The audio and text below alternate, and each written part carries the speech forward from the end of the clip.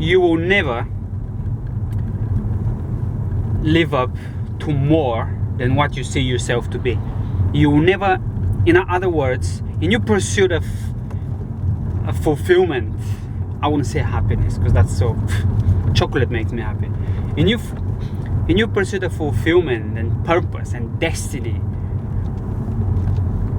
and glory, if you wish, you will never exceed the limitations of your perception of yourself, your self-beliefs, your beliefs about self. This self-perception is formed in childhood, 99% of it, I guess. Could be wrong, but I think that's where it's formed, and it's just so debilitating. And do you know what is most dangerous? You know, there's this wonderful saying, blessed are the poor in spirit. People who come from terrible abuse or slavery or oppression, injustice, very often they know it. And when they finally seek help or are offered help or get to help, they know they need to become more. They know that they've got something that they need to take back. The danger is with the average people, normal people, working people, everyday people who don't see themselves as anything exciting. And well, no, my childhood was good. My life was good.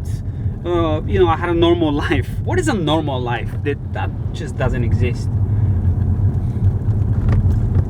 The average is an enemy of the best. That's where the limits are very often. Well, I just want to invite you honestly to look at your beliefs about yourself. What did you believe about yourself? What do you still believe about yourself deep down?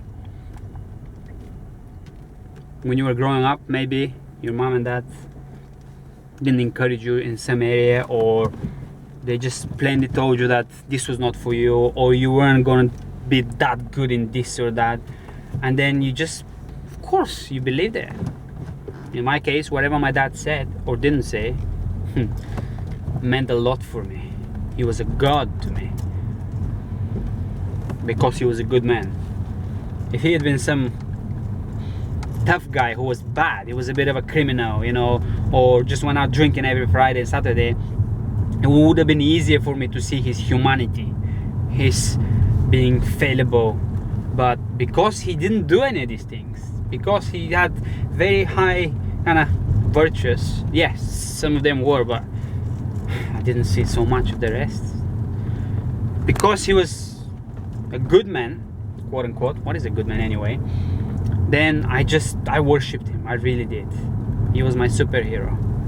And I did not see many things that I needed to see in order to be distinctively me, in order not to fool myself, not to want to worship this God that is just a different person, and that didn't always want the best for me. He just wanted me to be like him in many ways, so that his security doesn't feel threatened, that his insecurities are not exposed. That's the harsh truth,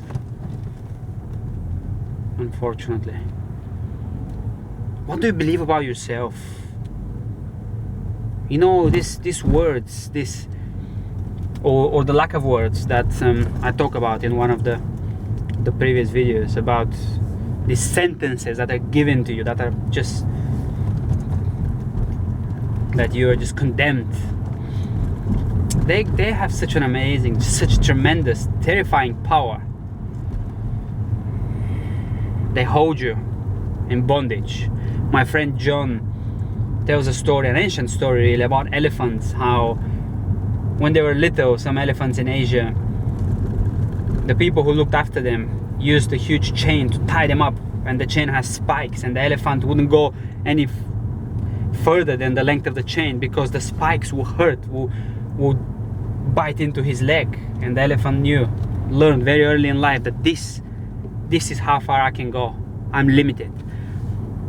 The tragedy is that when the elephants grew, they gradually replaced the thick chain with smaller and smaller chains. At the end, in the end, when the elephant was an adult, it wasn't a rope anymore. It was just a tiny piece of cord or a string, rope, very, very thin rope. It wasn't even a big rope. The elephant could have broken free. The elephant could have broken free at any moment. But the elephant remembered the pain of childhood. The elephant remembered the limitations of childhood. It remembers that the borders of his little kingdom, beyond that is pain. And so do you. You remember. You could have been more. You still could be more. But what lies you believe about yourself? You can never be more than the limits that you've placed on yourself. What limits have you placed on yourself? What limits have you placed on the world? On the goodness of life? We all know that life is terrifying. But life also holds tremendous opportunities. And how come some people take them? How come some people grow? How come some people are more creative than others? More expressive, they're achieving more. They make more of life, even more money, more goodness, more and more and more. People have better families than other people. People are more lucky. And look at that madness. Luck. What is luck? People are more lucky. Some people seem to be very lucky and some people are not. What is this? Life has a lot to give you, but not everyone can receive because of the limitations. If you believe that this is as far as I can go in terms of health, family, prosperity, fulfillment, finances, relationships, yes, if you believe that, even God can help you. And I'm dead serious here. Nobody can help you. No matter what chances life wants to give you, no.